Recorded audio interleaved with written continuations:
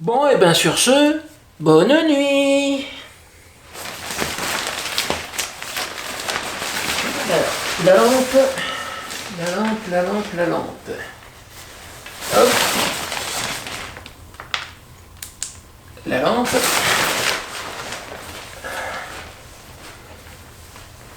Un petit filet du haut, ça ira très bien.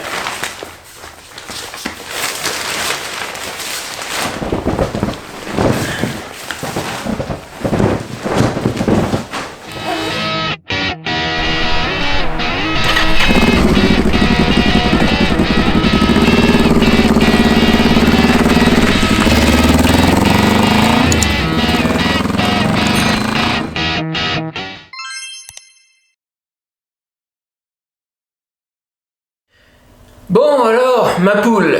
Oui, j'ai dit ma poule.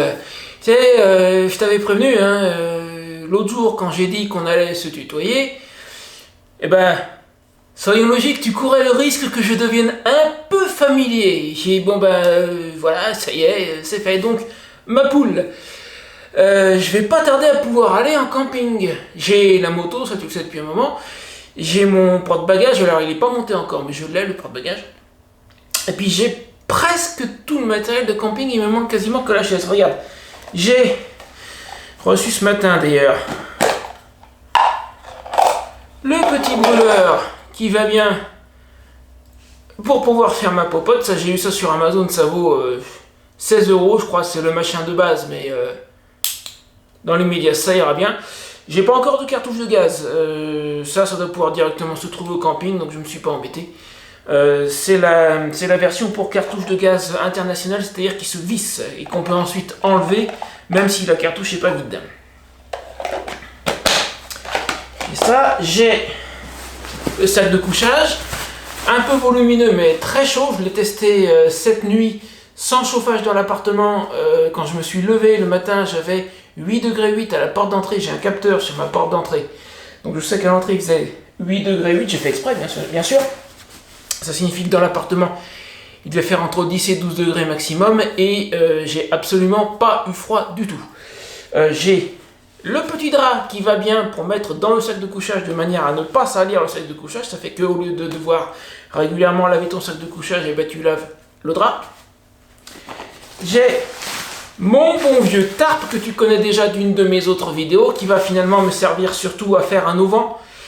Éventuellement à faire en fait un abri pour la moto. J'ai une bâche, j'ai une couverture pour la moto, spécifique couverture moto. Mais ça pourra éventuellement me servir à abriter encore mieux la moto. J'ai un sac de couchage, viens là, un matelas gonflable. Alors ça sincèrement c'est pas génial. C'est du matelas gonflable de base, je l'ai depuis des années. J'avais acheté ça justement pour mes déménagements. Dans les médias il va me dépanner. Bon, on dort dessus, hein. J'ai dormi dessus cette nuit justement pour tester le reste du matériel, notamment le set de couchage. C'est faisable, mais c'est pas ce qu'il y a de plus confortable. Donc dans le futur, je le remplacerai. Dans l'immédiat, c'est un matelas gonflable qui fonctionne, qui est un peu encombrant quand même, hein, faut reconnaître, mais qui va me dépanner pour mes débuts en camping. Et puis j'ai, là je l'ai pas sous le coude, mais j'ai un petit oreiller gonflable aussi. Donc voilà, j'ai presque tout. Il me manque une chaise là tout de suite. Je suis assis par terre. Il me reste à acheter une chaise. Il y a des chaises de camping qui se démontent, qui prennent une fois démontées très peu de place, qui sont très légères. Donc il me manque encore ça, sinon j'ai presque tout, y compris la tente qui se trouve derrière moi. Quoi, il n'y a pas de tente derrière moi? Mais si, il y a une tente derrière moi. Oh, celle-là. Et justement, ça va être l'objet de la vidéo d'aujourd'hui. On va la monter. J'ai déjà monté une fois, j'ai fait cette vidéo en anglais.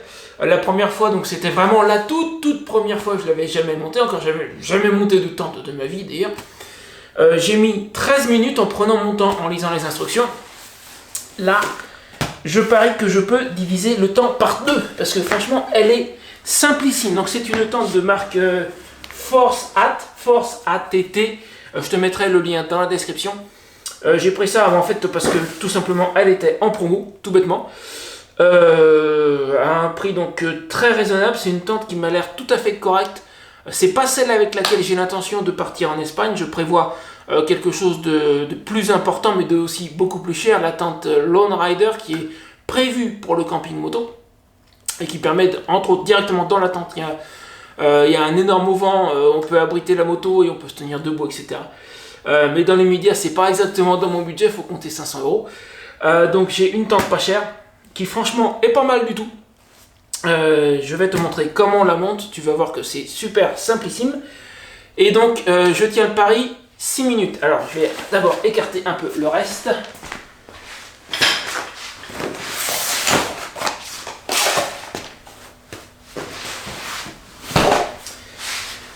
Donc dans la vidéo en anglais j'avais mis 13 minutes pour monter la tente et avoir le campement entièrement prêt, c'est-à-dire le matelas gonflé, le sac de couchage dessus, etc. J'ai mis un peu moins de 30 minutes. On va essayer de diviser tout ça par 2. En tout cas, ne pas dépasser les 20 minutes pour le tout et pour l'attente. Donc j'ai dit 6 minutes. Allez, top chrono, c'est parti.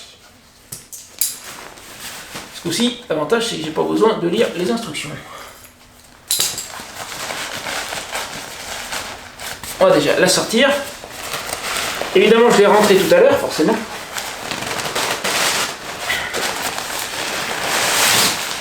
Hop. Le sac. Les instructions sont cousues au sac, mais si tu achètes cette tente, tu verras que tu vas avoir besoin des instructions une fois et puis après, terminé. Alors ça, c'est la partie extérieure contre la pluie. Et ça, c'est la tente proprement dite, avec les sardines qui viennent de s'en échapper.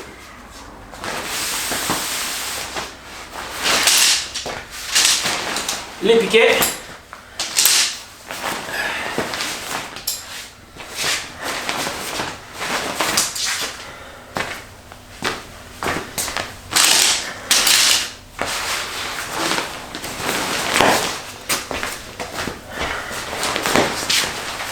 Alors dans les instructions, ils disent d'ouvrir les portes avant le montage. Je ne sais pas pourquoi, mais puisque c'est marqué dans les instructions, ma foi, je les ouvre.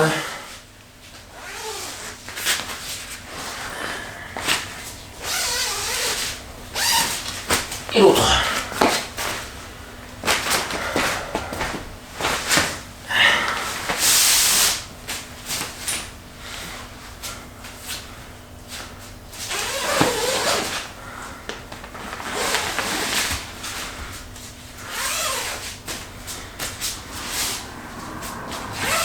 Alors pour info, donc je l'ai déjà un petit peu utilisé, j'ai dormi dedans cette nuit. J'ai eu strictement aucun problème. Avec les fermetures éclair, elles ne se coincent pas, elles marchent très bien, il n'y a aucun souci là-dessus. Maintenant, les piquets. Alors ça, j'adore, ça se monte tout seul. Ils sont en fait reliés par des élastiques internes. Il n'y a quasiment rien à faire pour monter les piquets.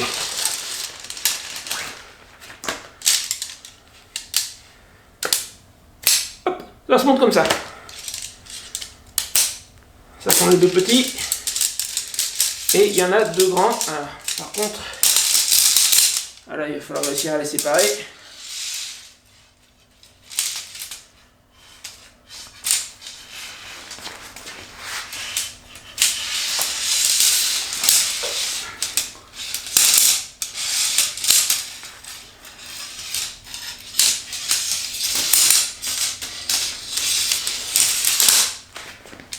Voilà.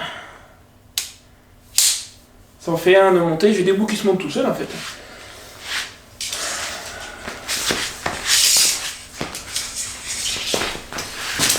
À l'autre.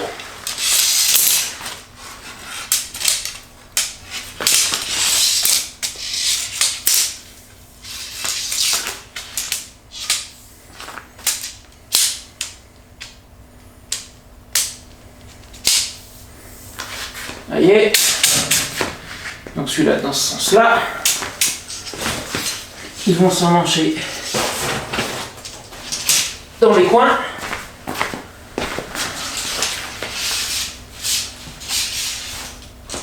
Hop là.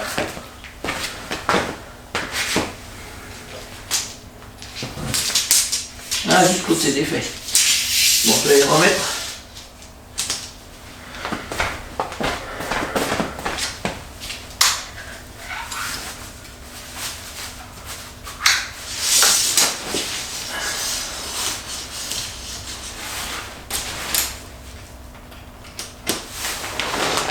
Ça fait un piquet de placer. Veux-tu bien tenir en place? Vilain.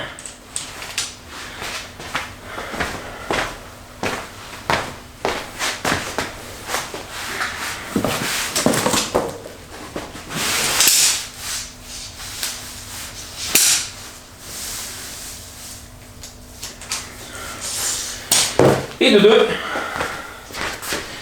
Et là c'est déjà presque fini. Tac. Il n'y a plus qu'à clipser.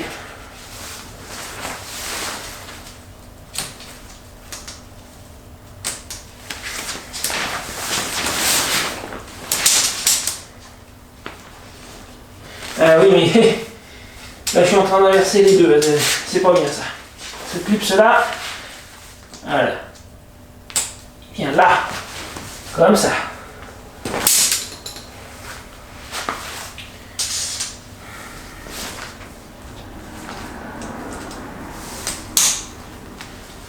Voilà. Allez.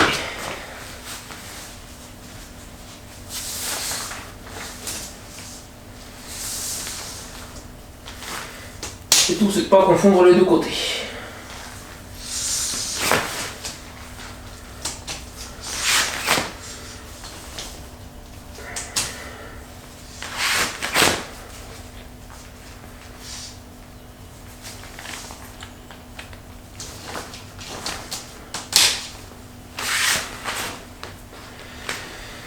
Et elle commence déjà à tenir toute seule. Ah vite hein.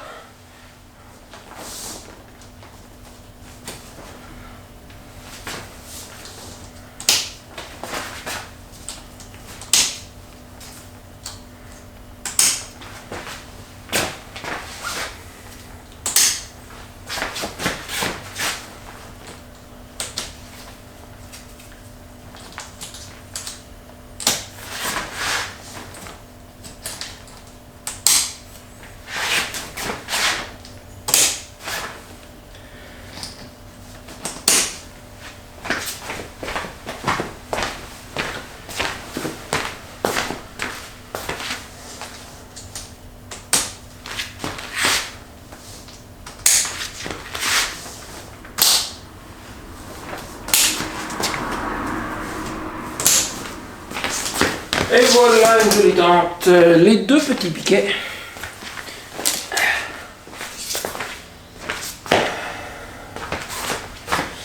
Ils vont en travers comme ça.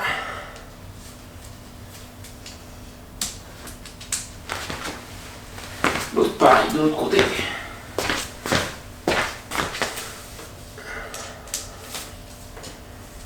Ça. Ça. Voilà, voilà.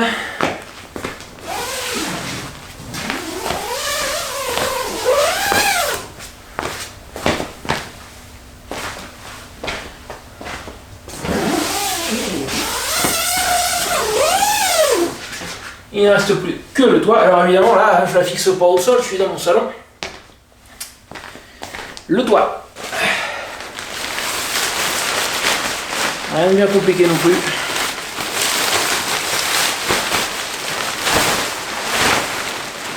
Faut le poser dessus en positionnant les aérations, c'est-à-dire ces trucs là, sur les côtés. Une là, l'autre là.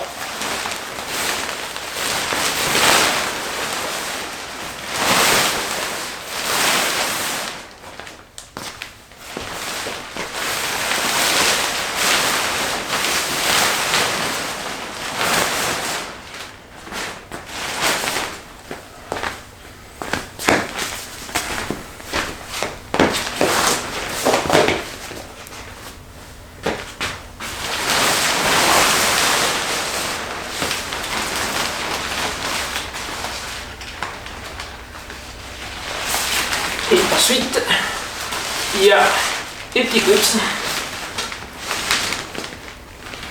Hop.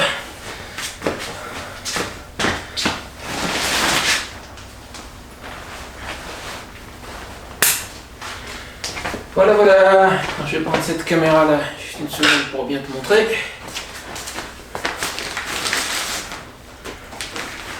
Voilà, tout simplement comment on l'attache. Voilà, avec une seule main je vais pas y arriver, mais je pense que tu as compris. Hein.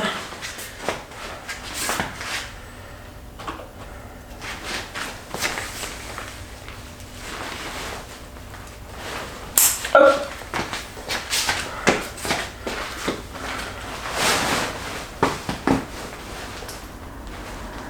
Et voilà, tente montée. Alors, je ne sais pas si j'ai respecté les 6 minutes, mais en tout cas, je dois être largement en dessous des 13 minutes. Je sais pas si je peux voir depuis combien de temps ça tourne. Non, sur cette caméra-là, j'ai pas l'info. Je dois l'avoir sur l'autre.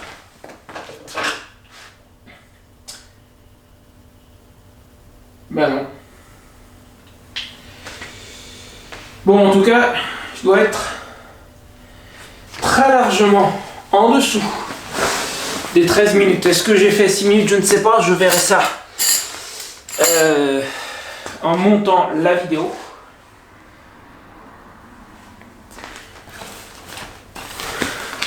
Alors, par contre, j'ai dû, par rapport à hier, j'ai dû la monter à l'inverse. Parce que là, j'ai qu'une ouverture. C'est-à-dire que ça doit être l'arrière. Attends.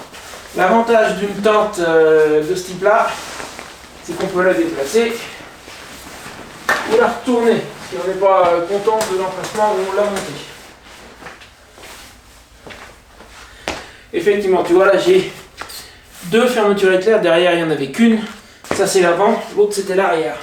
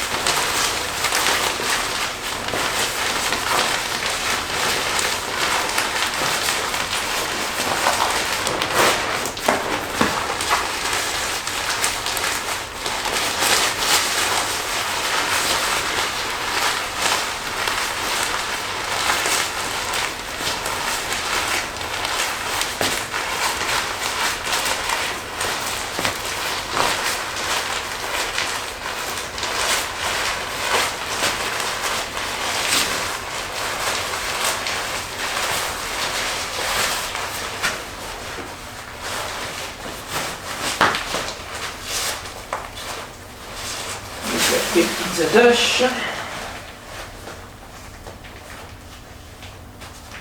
Une.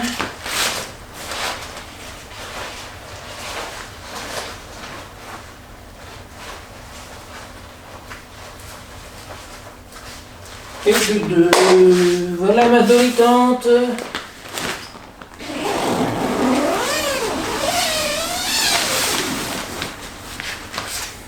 Pas mal, non? Alors vraiment, je sais pas ce qu'a donné le chrono, mais je vais regarder. Hein. Bon, si je veux avoir mon camp complet, il reste à gonfler le matelas pneumatique. On va faire ça tout de suite.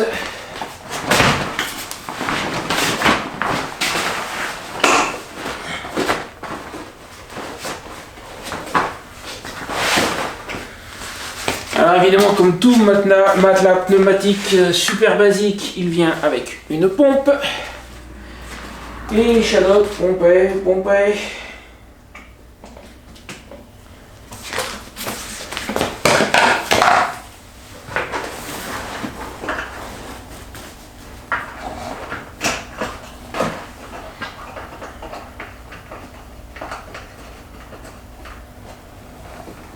Voilà, ça va sans doute durer un petit moment. Si je laisse le chrono, je le laisserai peut-être pas, je sais pas. Je vais accélérer la vidéo, accélérer le chrono. Le truc c'est que pour le chrono j'ai une vidéo en fait qui va de 0 à 20 minutes. Je peux pas faire plus de 20 minutes. Donc espérons que j'aurai mis le corps en place en moins de 20 minutes. Ah pour le moment.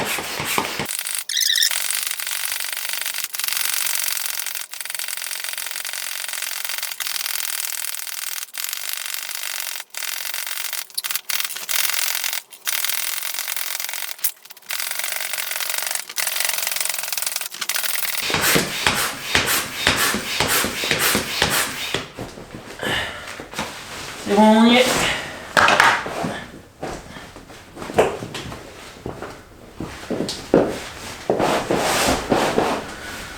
La matelas, c'est fait.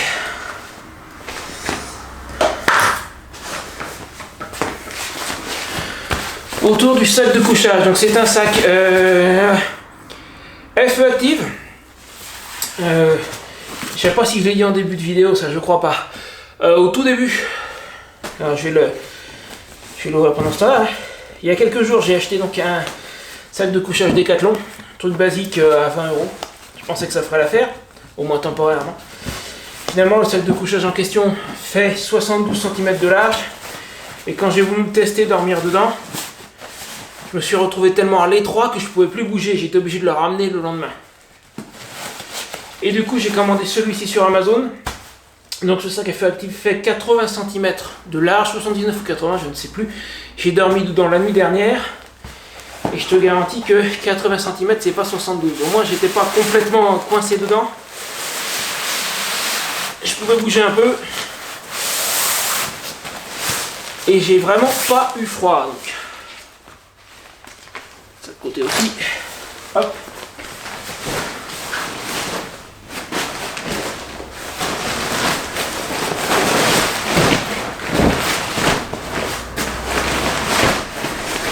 Voilà, allez hop, on va même rajouter le petit oreiller gonflable qui va bien. Voilà, et ben écoute, c'est prêt, hein. Il me resterait normalement à mettre le drap dans le sac. Bon, là, je vais le poser comme ça. Et, petit détail, pourquoi est-ce que je prends une tente 2 personnes, hein, pourquoi une tente 2 personnes alors que je serai tout seul? C'est que dans une tente, une personne, eh ben il y a la place pour une personne, puis c'est tout, il n'y a pas la place pour tout ton équipement. Oh, et voilà. Ma veste.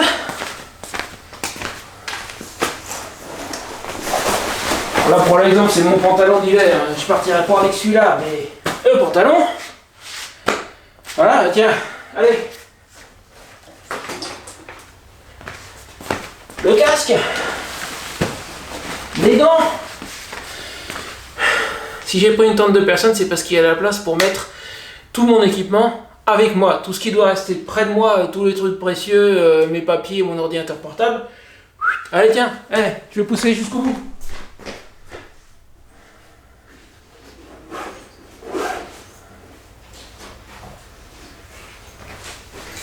La sacoche des caméras, elles sont pas dedans, mais c'est tout comme, c'est le même volume. L'ordinateur portable. Hop là.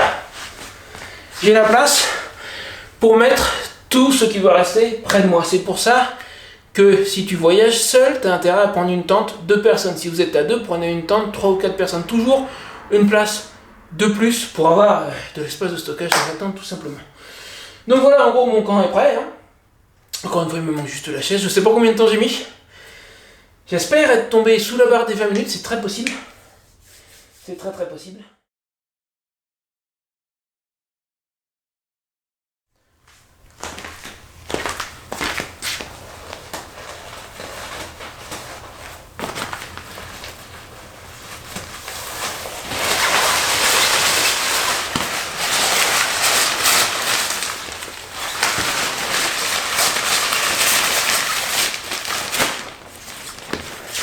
Bon, et bien sur ce, bonne nuit.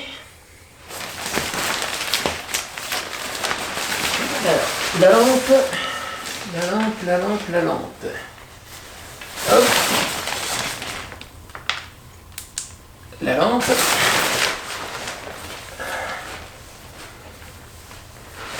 petit filet du haut, ça ira très bien.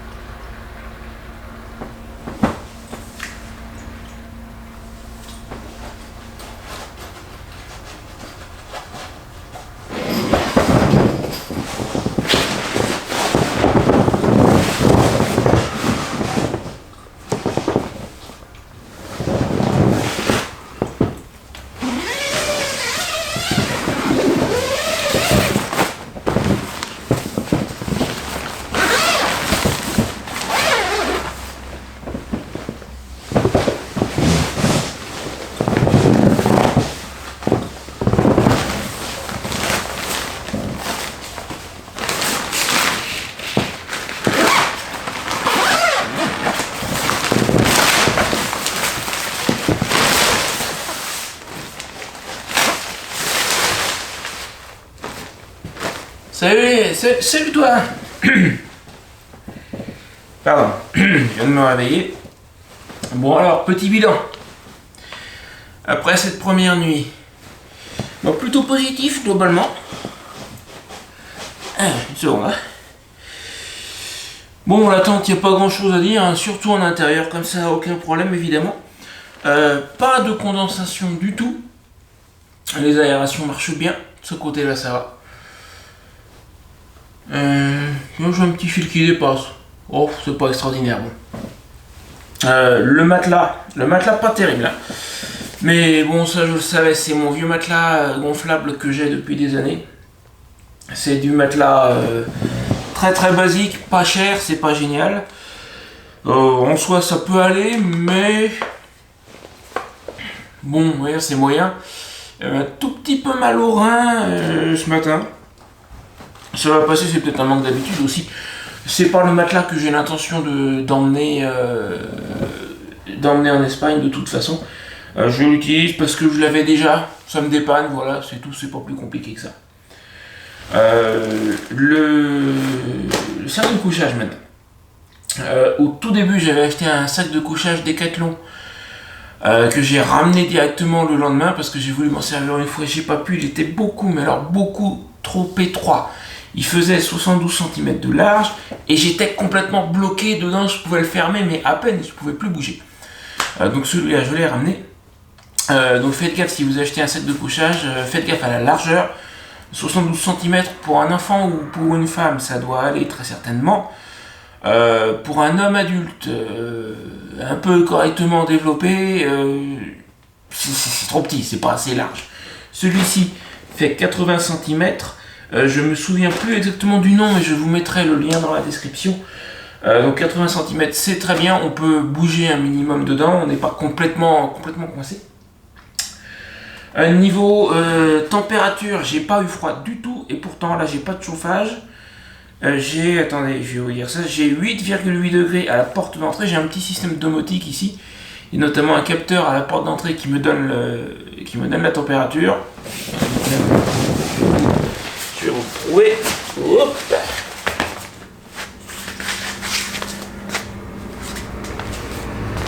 j'espère que ça sera visible. Laissez-moi contrôler en même temps. J'espère que ça sera lisible. J'ai 8,8 degrés à la porte d'entrée. Ce qui signifie que globalement, dans l'appartement, je dois avoir 10-11 degrés, pas plus. Et j'ai pas eu froid du tout. Bien que mon matelas soit directement sur le sol, sur le carrelage. De ce côté-là, impeccable. C'est un sac 4 saisons. Donc je pense que pour l'hiver en Andalousie où ça descend pas au-dessous des 8-10 degrés la nuit, ça sera vraiment impeccable. Pour cet été, il risque d'être un peu trop chaud, je pense. Soit je l'ouvrirai en deux, je m'en servirai comme couverture pour l'été. Soit j'achèterai un petit sac de couchage d'été, pas cher, mais d'une manière générale, voilà, pour, on va dire pour 3 saisons en tout cas, pour printemps, automne et hiver, ce sac sera à mon avis vraiment très bien. Et puis voilà. Donc le prochain test, ça sera en conditions réelles à l'extérieur dans un camping quand la météo se sera un peu améliorée. Et parce que les vents à 70 et la flotte, bon dans les médias je passe. Ben, ça c'est la fin de l'hiver en Normandie. Voilà. J'adore la Normandie, mais surtout l'été. Allez. Et sur ce, je te laisse. Moi, il faut que j'aille manger un morceau. Je te dis à bientôt.